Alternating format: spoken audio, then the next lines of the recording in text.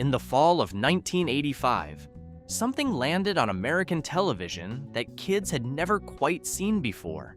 A group of cat-like humanoid aliens, the last survivors of a dying planet, crash landing on a primitive world and building a civilization from scratch, while an undead sorcerer plotted endlessly to destroy them. The animation was unlike anything else on Saturday morning. The toys sold out everywhere. And then, within a few years, it was all over. This is the story of how ThunderCats, 1985, the 80s action cartoon smash hit, fell apart. Part 1. Where it came from. ThunderCats did not come from a comic book, a toy company, or a licensing agreement. Faster, you lazy brute men! On to Castle Plunder! It started with one person and an idea that, by the standards of the time, was genuinely original. In early 1984, a writer named Tobin Ted Wolfe pitched a concept to his friend Stan Weston, who was president of Leisure Concepts, Inc., a company that specialized in developing properties for entertainment and merchandising. The concept was humanoid cat people, a noble cat-like alien race with a distinct culture, hierarchy, and mythology, forced to abandon their doomed planet and survive in a completely alien environment. Weston recognized something in the concept that went beyond the standard action-adventure template and took the pitch to a meeting with Arthur Rankin Jr. and Jules Bass at the offices of Rankin/Bass Animated Entertainment in New York. Or we shall cast a spell upon you. Wait, there is one more unicorn, and she is safe. Rankin/Bass was already a legendary name in American animation. They had produced the annual Christmas specials that had been part of American television life since the 1960s. From Rudolph the Red-Nosed Reindeer to Frosty the Snowman to The Year Without a Santa Claus. Their brand was Christmas specials and stop-motion holiday programming, warm and nostalgic and completely familiar. They were not primarily known for action-adventure animation. The decision to develop Wolfe's concept into a 5-days-a-week syndicated action series was a significant departure from their identity. They agreed to it anyway and brought in Leonard Starr, a veteran writer best known for his long-running Annie newspaper comic strip and his work developing television properties. What happened there? You're homesick. As head writer and showrunner to develop the concept from Wolfe's initial pitch into a working series Bible, cast of characters, and full set of scripts. What Starr and the team built was a world that operated simultaneously as science fiction and sword and sorcery fantasy. The ThunderCats were the survivors of the planet Thundera, aristocratic cat-like beings led by the young Lion-O, whose father Claudius had died during the planet's destruction. Accompanying Lion-O were Tigra, the scientist and architect, Panthro, the engineer and warrior, Chitara, the fastest ThunderCat with precognitive abilities, and the twins, Wily Kit and Wily Cat, younger and mischievous but resourceful. Snarf, a small creature who had been Lion-O's nurse during childhood. Nice weather we're having, except for the fog. Shut up your yap! Came along as both comedy relief and genuine emotional anchor. Their counselor figure was Jaga, an elder ThunderCat who guided the capsule toward Third Earth and then died during the journey, continuing to appear to Lion-O as a ghost-like spirit throughout the series. The mythology Starr created was unusually rich for 1980s children's animation. Lion-O was not a conventional hero. He had been placed in a suspension pod as a child during the flight from Thundra and had emerged as an adult body housing the personality and emotional development of a 12-year-old, which gave every episode a natural dramatic arc around his journey toward genuine maturity. The Sword of Omens, whose Eye of Thundra could see across vast distances and signal all ThunderCats. Where are Tigra and Chitara? Gone looking for a good place to build our new home. Why didn't they see the ThunderCat signal? Was a genuine piece of mythological storytelling. an artifact with its own history, its own requirements, its own moral weight. The signal call, "Thunder, thunder, thunder, ThunderCats, ho!" was the most memorable rallying cry in a decade full of them. The animation was assigned to Topcraft, a Japanese studio that had previously worked on the first two Rankin-Bass animated Lord of the Rings films and several of their other productions. Season 1 was actually completed in 1983, 2 full years before it aired, meaning that the 65 episodes existed as a finished product, while Rankin/Bass and Leisure Concepts spent 2 years building the distribution infrastructure, the toy deal with LJN, and the syndication agreements necessary to launch it. When it finally hit the air in 1985, it was as a polished, complete package rather than a show being produced on deadline. The character voices were recorded in New York. Only 6 actors provided all the voices for the entire first season: Larry Kenney as Lion-O, Earl Hyman as Panthro, Lynn Lipton as Chitara and Wily Kit, Peter Newman as Tigra, Wily Cat, and several of the mutant villains, Bob McFadden as Snarf and Slythe, and Earl Hammond as both Mum-Ra and the spirit Jaga. The recordings were sent to Japan, animated, and returned to New York for editing and sound mix. The completed pilot episode, titled Exodus, broadcast on January 23, 1985, to an enthusiastic response. 64 more episodes were commissioned immediately. Part 2, the show that grabbed a generation. Nothing is more important than a young boy's rest. Oh, let up, Snarf, huh? ThunderCats premiered in syndication on weekday afternoons in September 1985 and became, almost immediately, one of the most watched children's properties in the country. The reasons were layered. The animation quality stood out from the competition. Topcraft's work had a fluidity and visual detail that most American-produced children's animation of the period simply couldn't match. The movement of the characters was more naturalistic, the action sequences more dynamic, the backgrounds more fully realized. Children could see the difference even if they couldn't articulate it. This wasn't the economical animation of Filmation or even the better Hanna-Barbera work.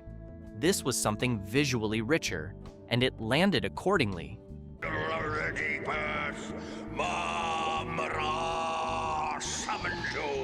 He-Man and the Masters of the Universe had been a massive hit since 1983, but even devoted He-Man fans could see that ThunderCats moved differently. The standard for what children's animation could look like had been raised. The characters were designed with a precision that made them immediately distinct and memorable. Lion-O's red mane and the Sword of Omens with its Eye of Thundra, Panthro's athletic build and his deadly nunchucks, Chitara's speed and her staff, Tigra's whip and the ability to make himself invisible, Mum-Ra in his decrepit mummy form, shuffling around his black pyramid and muttering, and then the transformation. The ancient spirits of evil flowing through him, the swirling clouds above the sarcophagus, the scrawny mummy expanding into the towering, muscular, ever-living form was one of the great villain reveals in animation history. Mum-Ra, the enchanted helmet! Bring Mum-Ra! Done identically in every episode and remaining shocking every time. Children who had watched dozens of Mum-Ra episodes still leaned forward when the transformation began. Mum-Ra was voiced by Earl Hammond with a commitment and a quality that elevated every scene he was in. The deep, controlled baritone of Earl Hyman's Panthro gave the character a gravitas that most cartoon heroes in that era lacked. Larry Kenney's Lion-O started the series genuinely uncertain, adolescent in his reactions even as his body commanded authority, and grew convincingly across 65 episodes. The voice cast was small, but precisely matched to its roles, and every character had a vocal identity as distinctive as their visual one. We were swimming, and this green scaly giant swallowed Wily Kit. Then it came after me. The music, composed by Bernard Hoffer, reinforced everything the animation delivered. The opening theme, with its ascending string arrangement and the final thunderclap that punctuated each verse, was not background noise. It was a declaration. It told you exactly what world you were entering before a single character spoke. Children memorized it, the way previous generations had memorized national anthems. The LJN toy line launched in spring 1985, slightly ahead of the show's fall premiere, and became one of the best-selling toy lines of the decade. The signature Battle-matic action feature, a lever on each figure's back that actuated an arm movement, made every figure feel like it was designed to be played with rather than simply displayed. Finish them for once and for all! The child-sized Sword of Omens, which featured an illuminating Eye of Thundra powered by a single AA battery, sold by the hundreds of thousands. Parents who couldn't find them on shelves in 1985 could not understand what their children wanted so urgently. LJN released 3 waves of figures in 1985, 1986, and 1987 before ending production, and even that relatively brief run produced one of the most commercially successful toy lines of the era. By the end of 1985, ThunderCats was a cultural phenomenon. It was not just a cartoon that children watched, it was a world that children inhabited. The combination of the show's mythological depth, its animation quality, its voice performances, It's magnificent. What is it? and the toy line that brought the characters into physical reality created a franchise that operated at a higher level of audience investment than most of its competitors. Part 3. The expansion and its costs.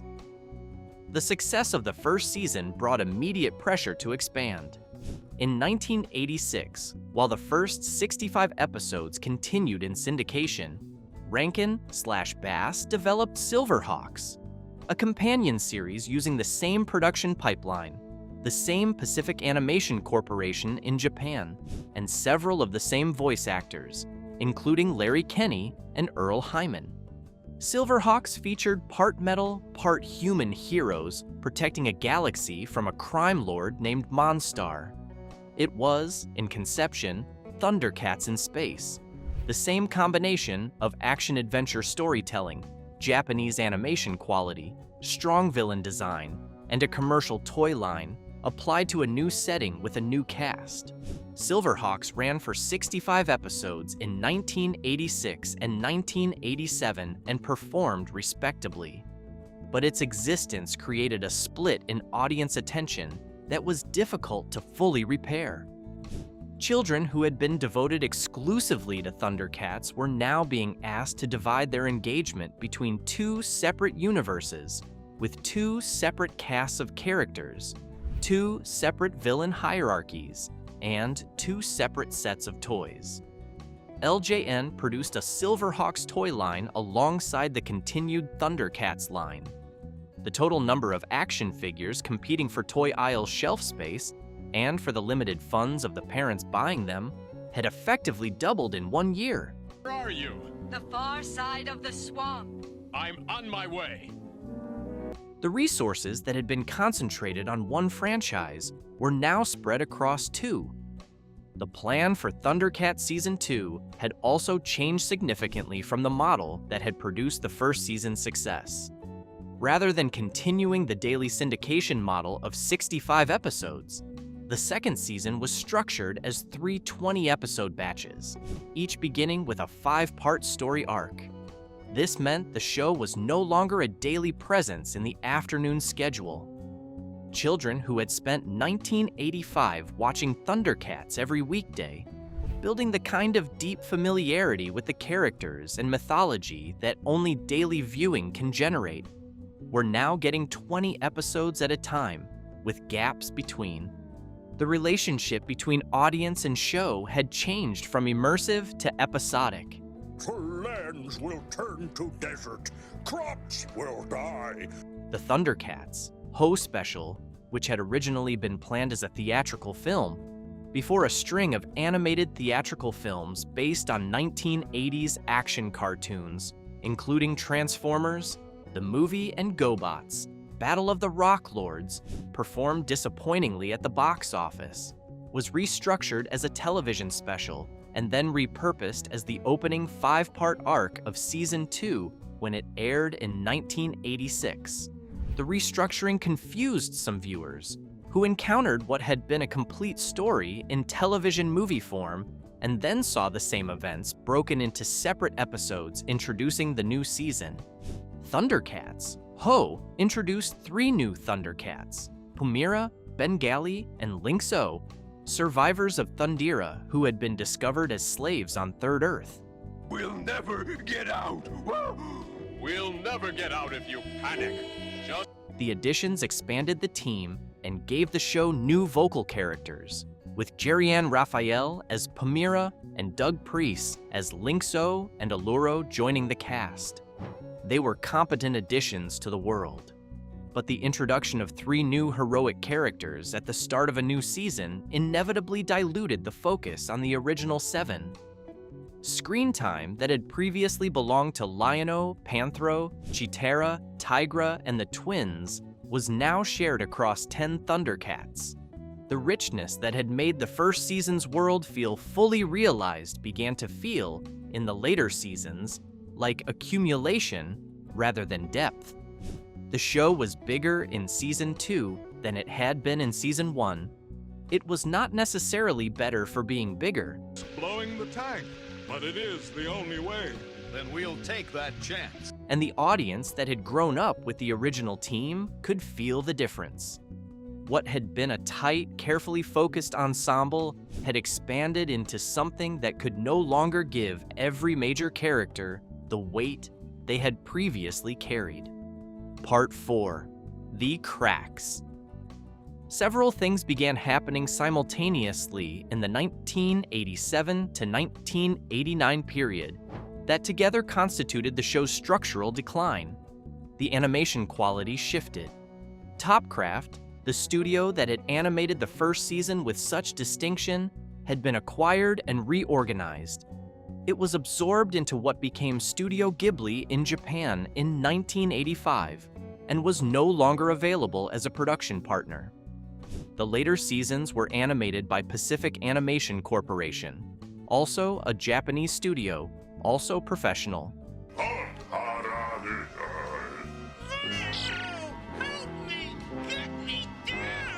But the specific visual quality of the first 65 episodes, which had been one of the show's defining assets, was not consistently replicated across later production. Longtime fans of the show noticed. The fluidity and naturalistic movement that had made the first season's action sequences extraordinary was less consistent in later episodes. The character designs for the new characters introduced in seasons 2 through 4, Pumira, Bengali, Lynx-O, the Looney-Tunes, were competently executed but lacked some of the sharp precision of the originals. The look of the show had changed, and what had been a competitive advantage was now simply comparable to the competition. The regulatory environment around children's television, Tigra, can you hear me? come in, Chitara. I need help. Getting weaker. was also shifting under the show in ways that affected everything on the air simultaneously. Through the mid-1980s, advocacy groups, including Action for Children's Television, had been building sustained pressure on the FCC and on Congress about the relationship between children's animated programming and the toys that accompanied it. The argument was that shows like ThunderCats were extended commercials, that the characters existed primarily to sell merchandise, and that children were being manipulated by a format that blurred the line between entertainment and advertising. This debate had been running since the early 1980s when He-Man launched the model, and ThunderCats had been one of the most visible examples of the format. My power ThunderCat. Your friends could... Reagan-era FCC regulations that had been permissive about toy-based programming were under increasing pressure from Congress. LJN's decision to end the ThunderCats toy line after the third wave in 1987 removed one layer of commercial pressure, but it also removed the commercial ecosystem that had kept the franchise at the forefront of retail attention. Without new toys in toy aisles, the show had less presence in the places where children and parents made spending decisions. The competition in the action animation space had intensified dramatically. When ThunderCats premiered in 1985, the landscape included Transformers, G.I. Joe, and He-Man. Formidable competition, but manageable. By 1987 and 1988, Will is gone! Jackalman and Vultureman captured her! They must have taken her to Castle Plunder. the number of action animation syndicated properties competing for the same afternoon time slots and the same toy dollars had expanded considerably. DIC Entertainment had entered the market with multiple properties. Hasbro was continuing to invest in its own franchises. New production companies had recognized the model's commercial logic and entered it. ThunderCats was no longer a new arrival with a distinctive visual advantage. It was an established property competing in a saturated market where the premium it had earned through superior animation quality had been partially eroded by 4 years of audience familiarity. The production company itself was changing. Telepictures Corporation, which had distributed the show since 1985, merged with Lorimar Productions in 1986 to form Lorimar Telepictures.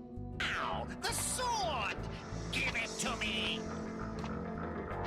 In 1989, Lorimar Telepictures was purchased by Warner Brothers and folded into the studio's television operation.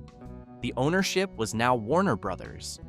These corporate transitions, occurring during the show's final seasons, meant that the institutional enthusiasm and advocacy that ThunderCats had received as a flagship property for smaller organizations was replaced by the more diffuse consideration it received as one property among many in a major studio's library. The decisions about whether to commission more episodes and at what budget were being made in a different context than the decisions that had launched the show 4 years earlier. Part 5. The final episodes and the ending. The fourth and final season of ThunderCats premiered on September 4th, 1989. Which means that Stone Giant is not an evil force. With a 5-part arc titled Return to Thundera. The planet Thundera, destroyed in the very first episode of the series 4 years earlier, was somehow reconstituting itself, drawn back together by forces connected to the Sword of Omens and the Book of Omens. The ThunderCats relocated to New Thundera, their homeworld reborn, and the season's arc involved both the process of establishing a new civilization there and the final confrontation between Lion-O and Mum-Ra. The season ran for 20 episodes, the same as seasons 2 and 3. By this point, the original 6 voice actors were still in place, and the commitment to the characters and the world remained genuine throughout. Whatever the show's structural problems, the dilution of focus, the animation quality variance,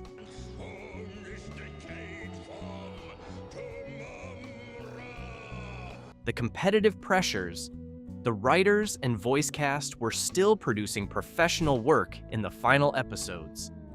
The final episode, The Book of Omens, aired on September 29, 1989. It resolved the central conflict. Mum-Ra made his ultimate bid for power. Lion-O used the Sword of Omens to enter the Book of Omens and defeat him in direct combat without the use of magic on either side.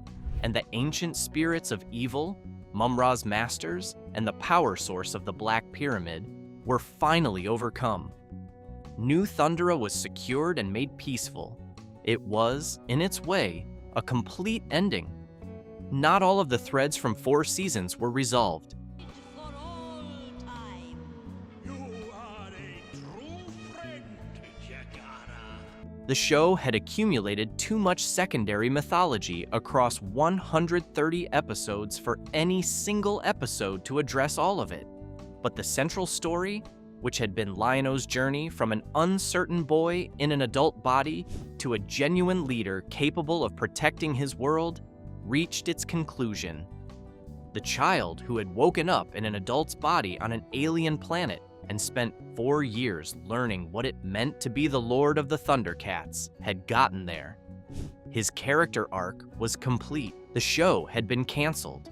The ratings had declined to a point where they could no longer justify the considerable expense of producing animation at this quality. ThunderCats was expensive to make, significantly more so than most of its competitors. Because the Japanese animation production process Rankin/Bass had pioneered for the franchise was genuinely premium work. When the audience figures dropped below the threshold needed to sustain that investment, the decision to end the series was commercial rather than creative. The corporate transition through Lorimar Telepictures to Warner Brothers had changed the institutional framework around the show. LJN's toy line had ended 2 years earlier.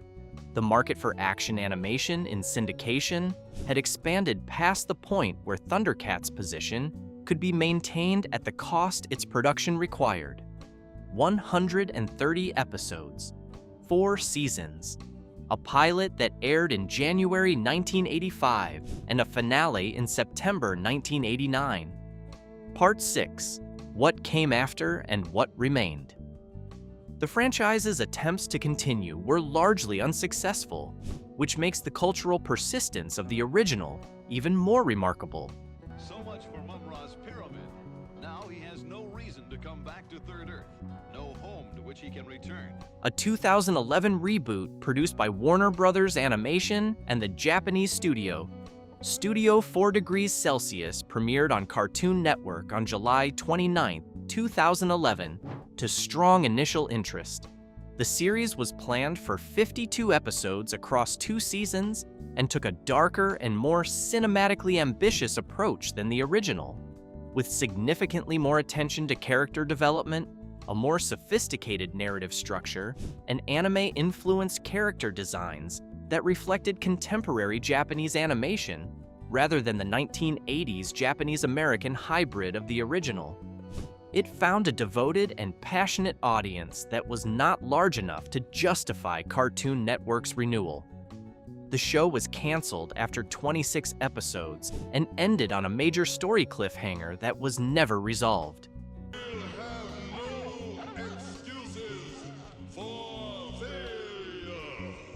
Art director Dan Norton confirmed the cancellation in early 2013. The 2011 series remains its own kind of tragedy, a genuinely well-crafted piece of animation that deserved more time than it was given. ThunderCats Roar, a comedic reimagining of the franchise that premiered on Cartoon Network in 2020, was also canceled after 1 season. It generated significant negative reactions from fans of the original series, who found its comedic approach to the characters, designs deliberately simplified toward a more cartoonish and irreverent style, incompatible with what the franchise had meant to them. The backlash was fierce and sustained throughout its brief run.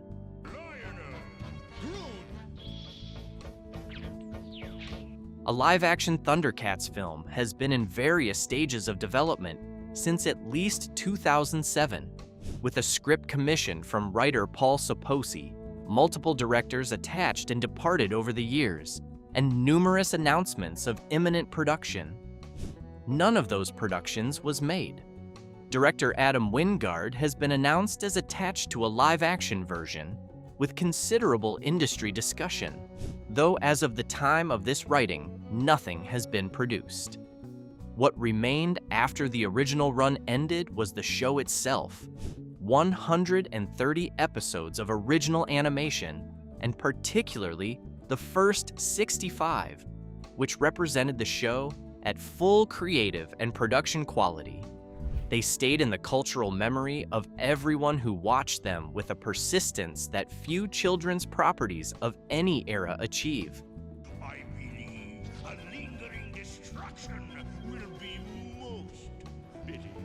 The mythology, the characters, the visual language of Third Earth, and the cat's lair, and the Black Pyramid on the horizon. These are details that people who were children in 1985 carry with complete clarity into adulthood, 4 decades later. Lion-O's voice actor Larry Kenney has spoken over the years about the volume of adult fans who approach him at conventions, who can quote episodes in full, who tell him what the show meant to their childhoods with a specificity and warmth that no show can generate without having been genuinely good. He has said that meeting those fans was one of the more moving ongoing experiences of his life. The relationship between the show and its audience was forged in the specific window of 1985 and 1986. None of the ThunderCats have been in contact, yet we've all got communicators. When a child in the afternoon could sit down with 65 episodes of something unlike anything else on television, and spend months inside a world that had been built with genuine care and attention. ThunderCats was genuinely good. Its fall came from the collision of market forces, corporate transitions, a regulatory environment shifting underneath it, the exhaustion of a production formula that had been successfully expanded to its natural limits, and the simple commercial arithmetic that eventually ends all expensive things when audiences move on. None of that is unusual. What is unusual is how completely the show established itself in 4 years of original production, and how long that establishment has lasted. 130 episodes. Thunder, thunder, thunder. ThunderCats. Ho! If you made it this far, thank you for watching. If you enjoyed this video, please give it a like and subscribe to the channel. There is a lot more where this came from.